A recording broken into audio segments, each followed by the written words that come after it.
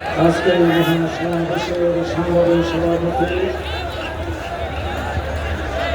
মঞ্চ অভিষ্ট হেফাজতে ইসলাম বাংলাদেশের কেন্দ্রীয় জাতীয় নেতৃবৃন্দ,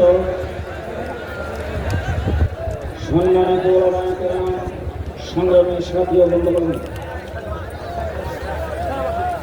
সর্বপ্রথম শোক প্রকাশ করছি হেফাজতে ইসলাম বাংলাদেশের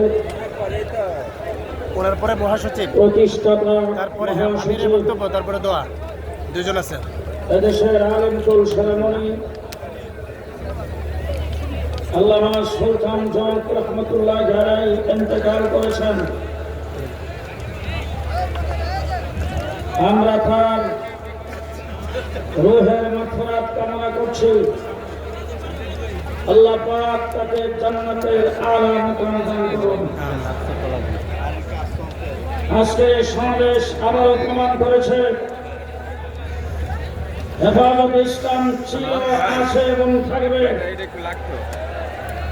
শাপলা চত্বরে 1,54,000 গুলি হেফাজতে ইসলামের নেতা কর্মীদের উপর বুকের উপর চলে।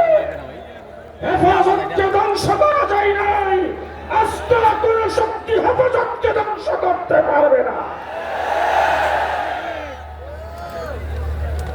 সংগ্রামের সাথে বন্ধুগণ, গত 15 বছর দেশের সরকার, আওয়ামী সরকার বাংলাদেশে যে হত্যাকাণ্ড, নির্যাতন চালিয়েছে তাতে প্রমাণ করেছে বর্তমান বিশ্বের দরবারে সবচাইতে বড় একটি সন্ত্রাসী সংগঠন আওয়ামী লীগ। জেলখানায় ছিলাম প্রায় 2 বছর।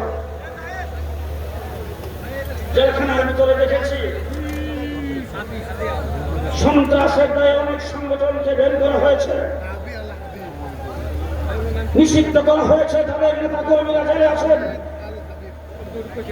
যতগুলি সংগঠনকে নিষিদ্ধ করা হয়েছে সবগুলি সংগঠনের নিষিদ্ধ হওয়ার কারণ বা সন্ত্রাসী কার্যক্রম যদি তালাশ করা হয়, আওয়ামী লীগের একদিনের সন্ত্রাসের সমান হবে না। সুতরাং আজকের মঞ্চ থেকে দাবি জানাতে চাই, সন্ত্রাসের দায়ে আওয়ামী লীগকে নিষিদ্ধ করতে হবে। আওয়ামী লীগকে নিষিদ্ধ করতে হবে।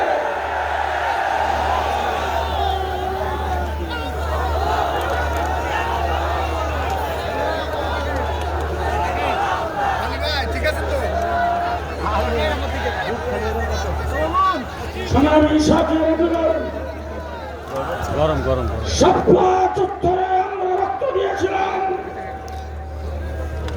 সেই রক্তের মাধ্যমে আওয়ামী লীগের পতন কণ্ঠে গিয়েছিল। সূরা হুদায়বিয়াতে আল্লাহ পাক ঘোষণা করেছিলেন, ইন্না ফাতাহনা লাকা ফাতহান মুবিনা।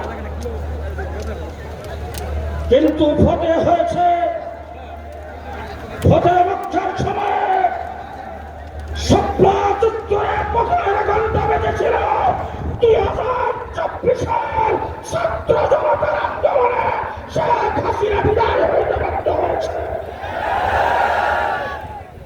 ছাত্র জনতা বিপ্লব পাঠিয়েছেন, যারা বিপ্লবে ছিলেন তাদের মাথার উপর দিয়ে যখন গুলি আসত, এই সময় যখন মসজিদ থেকে আযানের আওয়াজ ভেসে আসছে, রাজপথে তারা জামাতের সাথে নামাজ আদায় করেছেন। তাদের মুখে স্লোগান ছিল না, আবু সাঈদ যখন